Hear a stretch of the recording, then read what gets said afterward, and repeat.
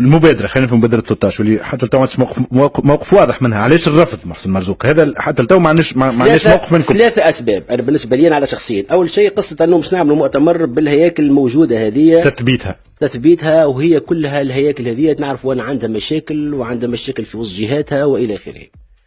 الحزب الحزب يحتاج الى تجديد على مستوى الجهه والمحلي، ولا يحتاج تثبيت، ولا يحتمل الحزب البقاء 6 ولا 7 شهور وتثبت الهياكل هذه وحتى تحل المشاكل نتاعها ونعرفوها. الهياكل اللي مثبتوها شكون كلها فيها عرك وفيها صراعات. ثانيا انه هذا المؤتمر تقريبا اللي باش يتعمل النتائج نتاعو معروفه، ما توافقي، اي التوافقي، ولكن النتائج نتاعو معروفه. طبعا ما ثماش انتخابات. انا راينا مناضلين الحزب يشاركوا في انتخاب النواب نتاعهم المؤتمر، لانه هذا الحزب ما ثم حتى امكانيه لانقاذه الا بمشاركه واسعه للمناضلين اللي شفتوهم امس، سواء كان في الحمامات واللي في مجاوش واللي موجودين في اماكن اخرى. اما المناضلين المنخرطين نتاع الحزب بطريقه ديمقراطيه. ثانيا هو في المكتب التنفيذي. نعم عفوا مشارك فيه المكتب التنفيذي. المكتب التنفيذي احنا كنا نقولوا هذه قصه انه مشاركه المكتب التنفيذي قصه قلناها من السابق، هذه مش جديده، لكن قلنا المكتب التنفيذي مشاركته جزئيا هو يشارك معناها كمكتب تنفيذي، لكن باقي النواب نتاع المؤتمر منتخبون انتخابات ديمقراطيه. يجي من وقت التعيينات هذه، انتهى وقت التعيينات. البلاد هذه عملت ثوره للديمقراطيه، واخذين جائزه نوبل اللي لنا الفرصه باش معناها نشكروا معناها نهنيوا معناها الرباعي الحوار وتونس معناها بها باسم التوافق، لكن باسم التوافق من اجل الديمقراطيه باش الانتخابات لازم تكون موجوده، المناضلين الحزب يكونوا موجودين. وثانيا القصه الاخرى انه نتائج المؤتمر واضحه باعتبار مش يخرج مجلس امناء ولا شنو 6 أمناء عامين. 6 أمناء عامين هذه تونس تستحق عليها على حسب رايي. يمكن السنه الجايه مش ناخذ عليها جائزه نوبل واحده اخرى في الاختراع السياسي، وهذه مهمه. نحن ناخذ 3 جوائز نوبل معناها، لكن المره هذه الفرق سنه مش قرابه 90 سنه كما صار ما بين الجائزه الاولى والثانيه. علاش؟ خاطر اول مره في التاريخ انه مؤسسه ما عندهاش قياده، عندها قياده جماعيه، وهذا شنو النتيجه نتاعها؟ سواء كان الخيان فكروا فيها او لم يفكروا، نتيجتها ان تونس سيبقى غائبا عن الزعامه الحزبيه في وسط المجال الحزبي لصالح زعامات نتاع احزاب اخرين. شكون 6 زعامات في الامانه العامه؟ عمره ما صار هذا، فهمت ولا 6 من الناس يلزم، فهمت ولا ترتيب، يلزم رئيس ويلزم غيره ويلزم واحد مسؤول ويلزم واحد معروف بكل وضوح.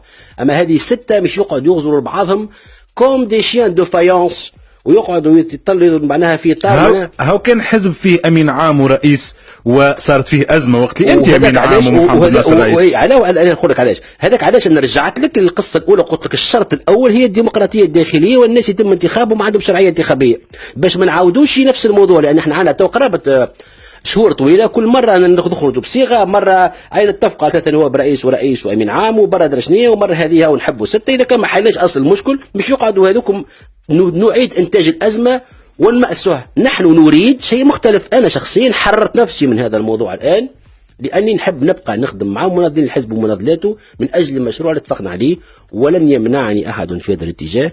واذا اضطرينا الى شكل اخر سنذهب بشكل اخر. كيفاش باش تعملوا من داخل الحزب؟